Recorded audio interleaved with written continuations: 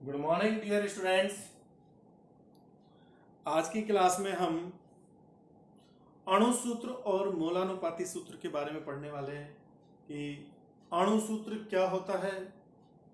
अणु सूत्र के बारे में तो आप जानते हैं, लेकिन मूलानुपाती सूत्र क्या है और अणु सूत्र और मूलानुपाती सूत्र में क्या संबंध है, मूलानुपाती सूत्र किस प्रकार से ज्ञात किया जाता है, इस पर किस प्रकार के क्वेश्चन आपके एग्जाम में आते हैं, जो न्यूमेरिकल क्वेश्चन है वो किस प्रकार से आते हैं, ये हम आज की क्लास में देखेंगे।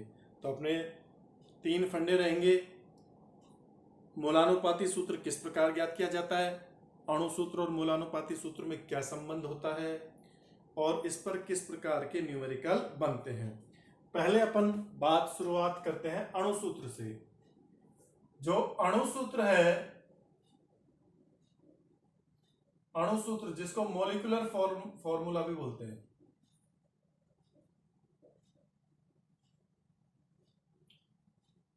अणु सूत्र क्या होता है? वह रासायनिक सूत्र जो किसी यौगिक में उपस्थित प्रत्येक तत्व के परमाणुओं की वास्तविक संख्या को प्रदर्शित करता है। और यौगिक जिन तत्वों से मिलकर बना है उन तत्वों के परमाणुओं की वास्तविक संख्या को प्रदर्शित करने वाला रासायनिक सूत्र वही क्या कहलाता है? अणु सूत्र। तो सबसे पहले तो अणु सूत्र की डेफिनेशन देखो। वह रासायनिक सूत्र, वह रासायनिक सूत्र जो किसी यौगिक में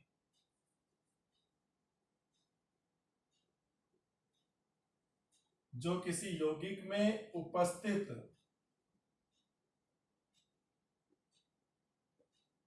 तत्वों के परमाणुओं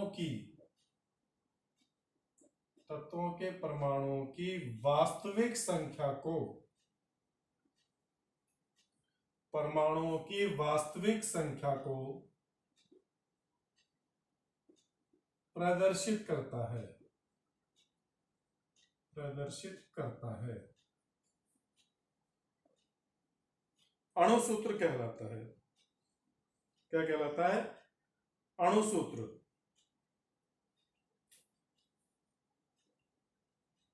उसी रासायनिक सूत्र को अपन क्या बोलते हैं? अणु सूत्र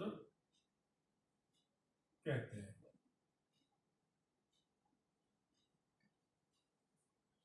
ठीक है भाई। अणु सूत्र जैसे मैं तुमसे कहूं, उदाहरण के लिए ग्लूकोज का अणु सूत्र लिखो। किसका अणु सूत्र लिखो? ग्लूकोज का। तो ग्लूकोज में आपको पता है ग्लूकोज का अणु सूत्र होता है C6H12O6। तो ये सूत्र क्या बता रहा है कि जो कार्बन तत्व है उसके तो 6 परमाणु हैं, इसमें हाइड्रोजन जो तत्व है उसके 12 परमाणु हैं, और ऑक्सीजन तत्व के कितने हैं? 6 परमाणु हैं। तो परमाणुओं की वास्तविक संख्या को प्रदर्शित कर रहा है, ये किसी अनुपात को प्रदर्शित नहीं कर रहा, हमें रियल बता रहा है कि वास्तव की जानकारी दे रहा है कि ग्लूकोज है जो किन किन तत्वों से मिलकर बनी है और उन तत्वों के कितने कितने परमाणु उसमें उपस्थित है। ऐसे ही और एग्जांपल देखो, जैसे एसिटिक अम्ल।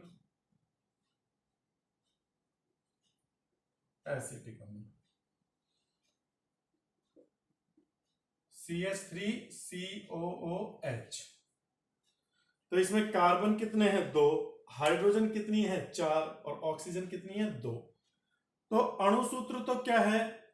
जो कि किसी यौगिक में उपस्थित तत्वों के परमाणुओं की वास्तविक संख्या को बताता है कि वो यौगिक कितने कितने परमाणुओं से मिलकर बना है, कितने कितने परमाणुओं के संयोग से मिलकर बना है। तो ये तो आपके होते हैं अणु सूत्र।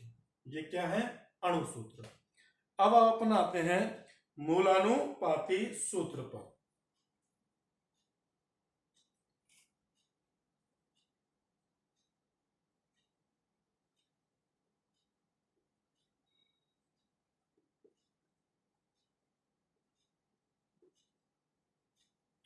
मूलानुपाती सूत्र, इसको बोलते हैं इंपेरिकल फॉर्मूला।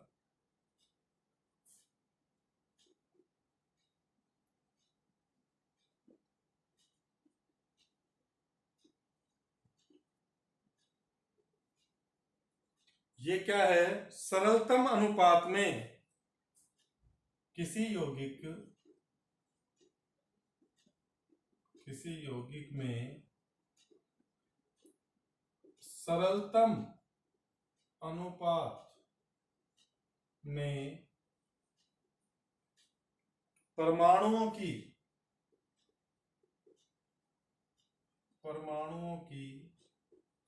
आपेक्षिक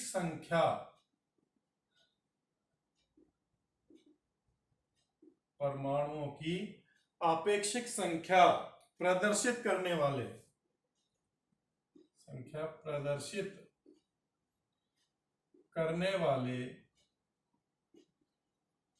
रासायनिक सूत्र को क्या कहते हैं? मूलानुपाती सूत्र कहते हैं। मूलानुपाती सूत्र कहते हैं।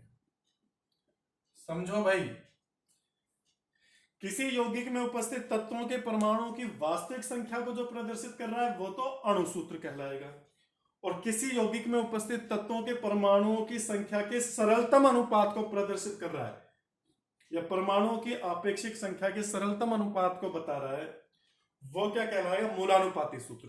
एग्जाम्पल से समझो, अभी क्लियर हो जाएगा आपको। जैसे ग्लूकोज है, तो ग्लूकोज का अणु सूत्र तो क्या है? आपको पता है C6H12O6। अब इस यौगिक में इन परमाणुओं की संख्या का मैं सरलतम अनुपात लूं तो 6 एकम 6, 6 2 12, 6 एकम 6, तो मतलब क्या सरलतम अनुपात आएगा? CH2O। तो ये इसका क्या है? मूलानुपाती सूत्र। आई चीज समझ में कि बिल्कुल सरलतम अनुपात निकल जाएगा। भाई सरलतम अनुपात क्या होगा? 6 एकम 6, 6 2 12, 6 एकम, कार्बन 1, हाइड्रोजन 2 और ऑक्सीजन 1। तो ये मूलानुपाती सूत्र है जो किसी यौगिक के में उपस्थित परमाणुओं की संख्या के सरलतम अनुपात को, परमाणुओं की आपेक्षिक संख्या के सरलतम अनुपात को प्रदर्शित करता है। और देखो दूसरा एग्जांपल, एसिटिक अम्ल।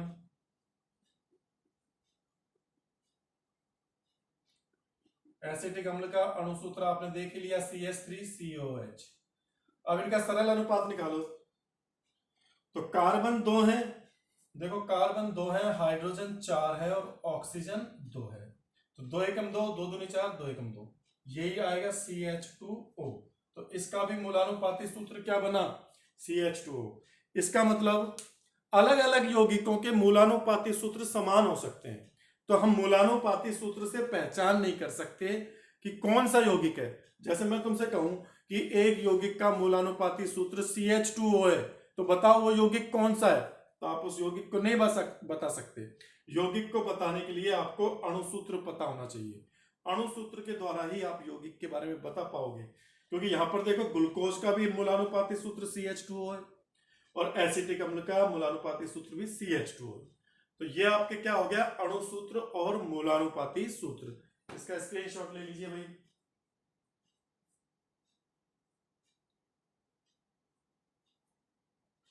स्क्रीनशॉट ले लीजिए। अब इन दोनों में मैं रिलेशन बताऊंगा।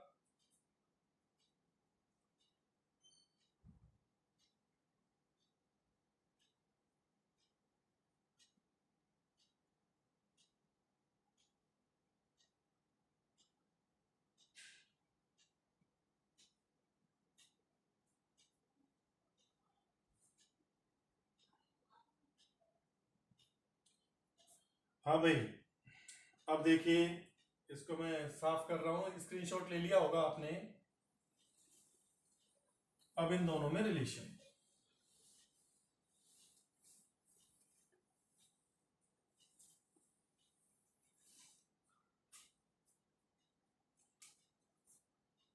अणु सूत्र व मूलानुपाती सूत्र में संबंध।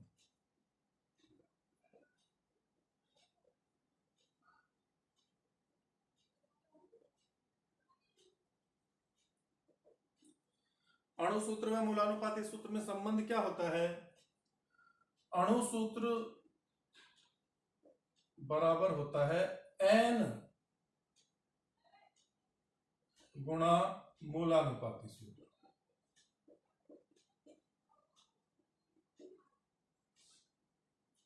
ये रिलेशन है,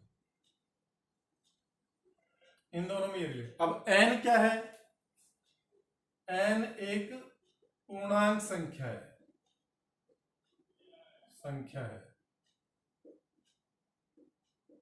जिसका मान 1 2 3 4 डैश डैश ऐसे कुछ भी हो सकता है।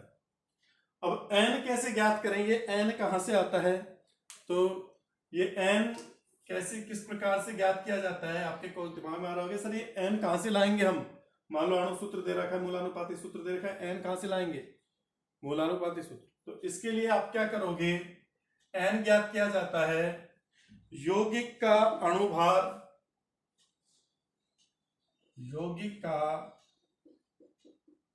अणुभार या मोलर द्रव्यमान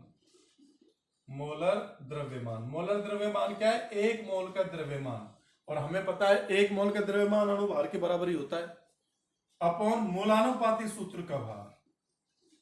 मूलानुपाती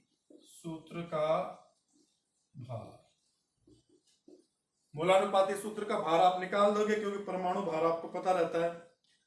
तो ये 2 इंपॉर्टेंट फॉर्मूले हो गए जो आपको न्यूमेरिकल्स में काम आएंगे, ये ध्यान में रखने, दोनों इंपॉर्टेंट है तो इनको दिमाग में अपने बैठा लेना। अणु सूत्र बराबर क्या होता है? n गुणा मूलानुपाती सूत्र। n क्या है? पूर्णांक संख्या है जिसका मान 1 2 3 4 5 6 7 8 कुछ भी हो सकता है, वैसे 6 7 8 से ज्यादा होता नहीं है। और n के लिए ज्ञात करने के लिए क्या करोगे? यौगिक का अणुभार में उसके मूलानुपाती सूत्र का भाग लगाओगे। मूलानुपाती सूत्र का द्रव्यमान या भार ज्ञात कर लो और उसका भाग लगा दो तो n की वैल्यू आ जाएगी। ठीक है, अब देखो मूलानुपाती सूत्र ज्ञात करना। मान लो आपको किसी यौगिक में तत्वों की प्रतिशत मात्रा दे दी हो, यौगिक में तत्वों की प्रतिशत मात्रा दे दी उसने, तो हम किस प्रकार से मूलानुपाती सूत्र ज्ञात करते हैं? और मूलानुपाती सूत्र के बाद ये अणु सूत्र और ये ज्ञात किया जाता है। जो न्यूमेरिकल आते हैं तो पहले उसको समझ लीजिए, मूलानुपाती सूत्र ज्ञात करना अपना जो अगला पॉइंट है।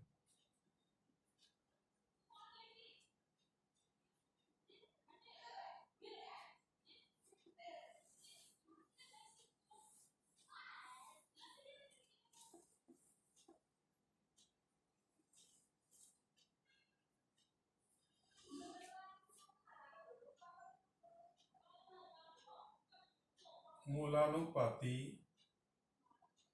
सूत्र ज्ञात करना।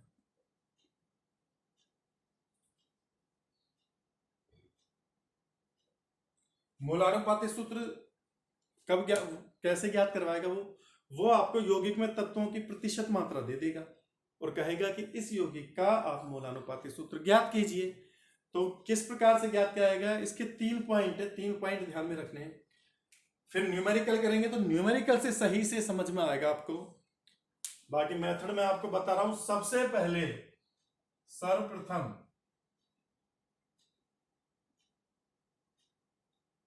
तत्वों की प्रतिशत मात्रा में उनके परमाणु भार का भाग लगाकर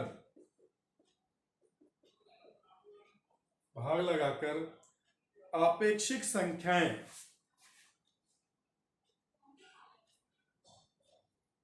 परमाणु भार का भाग लगाकर उनकी आपेक्षिक संख्याएं ज्ञात की जाती है। आपेक्षिक संख्या ज्ञात की जाती है। पहला स्टेप यह है, क्या करोगे, जो जो तत्व दिए हैं और जिनकी प्रतिशत मात्रा दी है उनकी प्रतिशत मात्रा में उन तत्वों के परमाणु भारों का भाग लगा दोगे तो आपको आपेक्षिक संख्या मिल जाएगी प्रत्येक तत्व की। अब क्या करोगे, दूसरा स्टेप, सबसे छोटी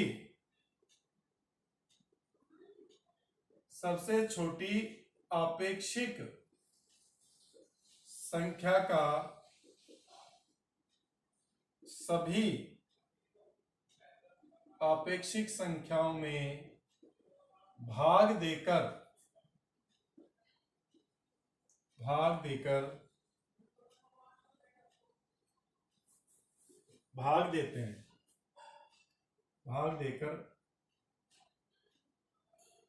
प्राप्त परिणामों को पूर्णांक संख्या के आसपास लाते हैं। पूर्णांक संख्या के आसपास लाते हैं। ठीक है भाई। तीसरा क्या है, और इस प्रकार से जो सरलतम अनुपात प्राप्त होता है, इस प्रकार प्राप्त सरल अनुपात पूर्णांक संख्या जो आ गई है अपन को वो परमाणुओं का, इस प्रकार प्राप्त सरल अनुपात को ध्यान में रखकर मूलानुपाती सूत्र लिखते हैं। तो लिखते हैं, ये 3 स्टेप है, 3 स्टेप को आपको समझना है। वो क्या करेगा, न्यूमेरिकल में आपको तत्वों की प्रतिशत मात्रा देगा, किसी यौगिक में उपस्थित तत्वों की प्रतिशत मात्रा। सबसे पहले प्रत्येक तत्व को लिख लो और उनकी प्रतिशत मात्रा में उनके परमाणु भार का भाग लगा दो। जो रिजल्ट आता है उस रिजल्ट में जो सबसे छोटी संख्या है, जो परिणाम आया है उसमें सबसे छोटी संख्या का सारी आपेक्षिक संख्याओं में क्या देंगे, भाग देंगे।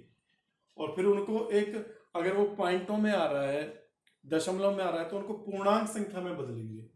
ठीक है, वही जो अनुपात होगा वही क्या होगा, मूलानुपाती सूत्र होगा। ये 3 पॉइंट है, ये आप नोट कर लो। इसके बाद में न्यूमेरिकल कराऊंगा, न्यूमेरिकल से ही समझ में क्लियर होगा ये।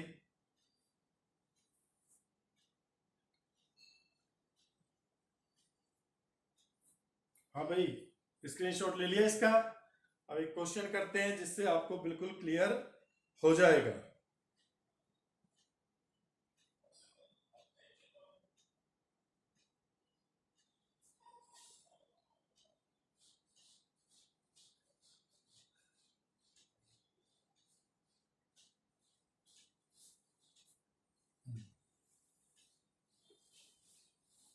एक न्यूमेरिकल कराऊंगा, सारी जो आज मैंने पढ़ा है वो सब एक न्यूमेरिकल से क्लियर हो जाएगा आपको, किस प्रकार के क्वेश्चन आते हैं, कैसे सवाल बनते हैं। क्या क्वेश्चन है, किसी कार्बनिक यौगिक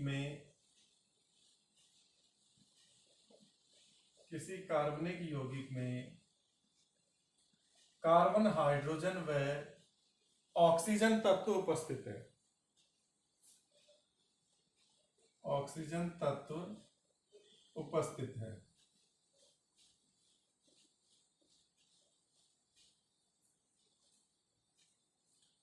फिर यदि कार्बन व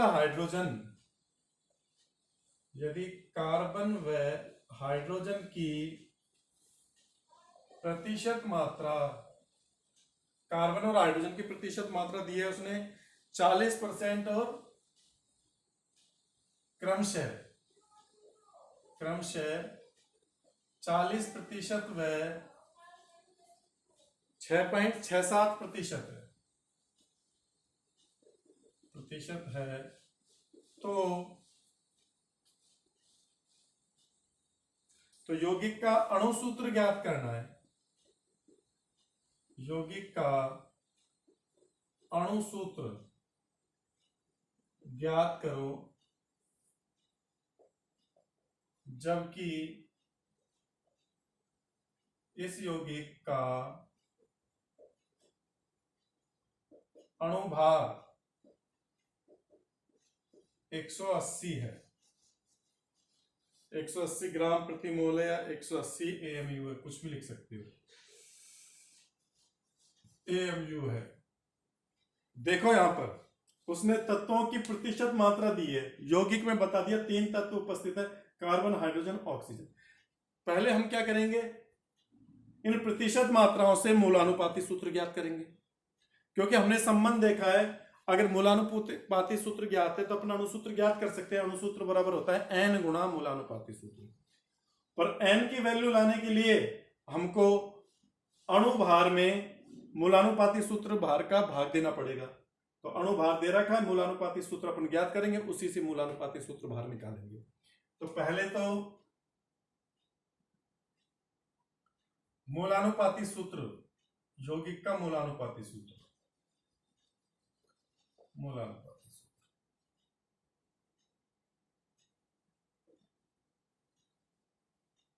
कैसे ज्ञात करोगे, तत्व लिख लो, तत्वों की आपेक्षिक संख्याएं ज्ञात करो, फिर अनुपात,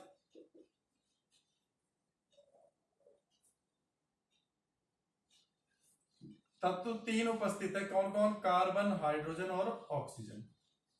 अब देखो आपेक्षिक संख्या ज्ञात करने के लिए आपेक्षिक संख्या का फॉर्मूला क्या है, तत्व की प्रतिशत मात्रा अपॉन उसका परमाणु भार। आपेक्षिक संख्या ज्ञात करने के लिए क्या करोगे, उसकी प्रतिशत मात्रा में परमाणु भार का भाग लगाओगे।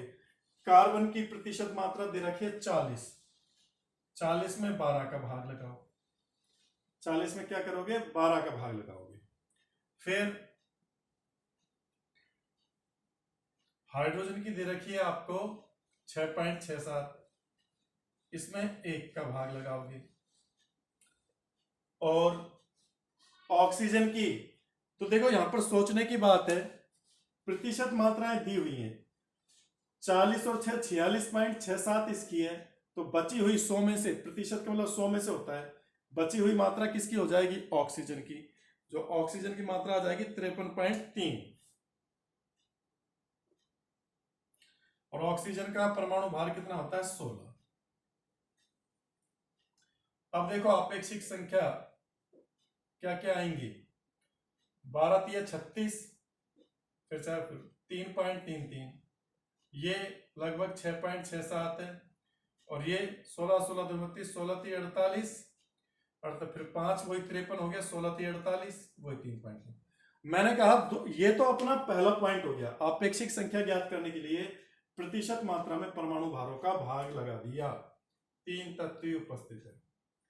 अब दूसरा काम आप क्या करोगे, जो सबसे छोटी संख्या प्राप्त हुई है ना रिजल्ट में आपेक्षिक संख्याओं में, उसका तीनों में भाग लगाओ, सबसे छोटी संख्या का, तो 3.33 अपॉन 3.33, यहां 6.67 है अपॉन 3.33, यहां 3.33 अपॉन 3.33, तो क्या आएगा इनका सरलतम अनुपात,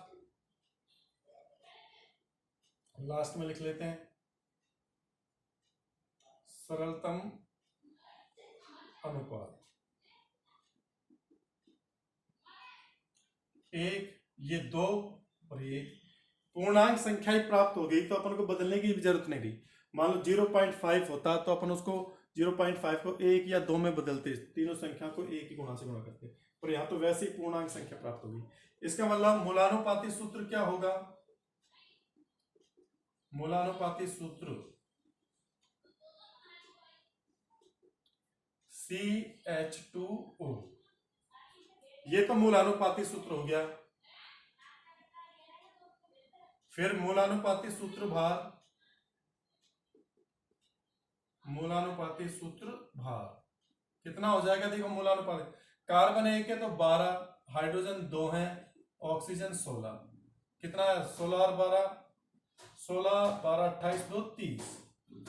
अब देखो अपन n ज्ञात कर सकते हैं, n बराबर क्या होता है आपको पता है, यहीं पे कर रहा हूं मैं, n बराबर अणुभार अपॉन मूलानुपाती सूत्र भार।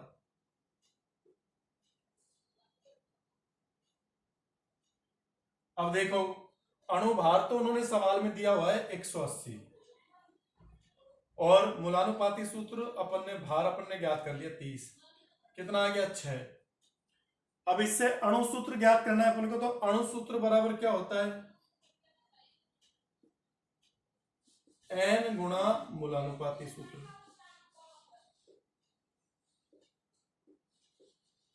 n तो 6 आया है, मूलानुपाती सूत्र क्या है CH2, मतलब 6 कार्बन, हाइड्रोजन 6 दूनी 12 और ऑक्सीजन 6, तो C6H12O6।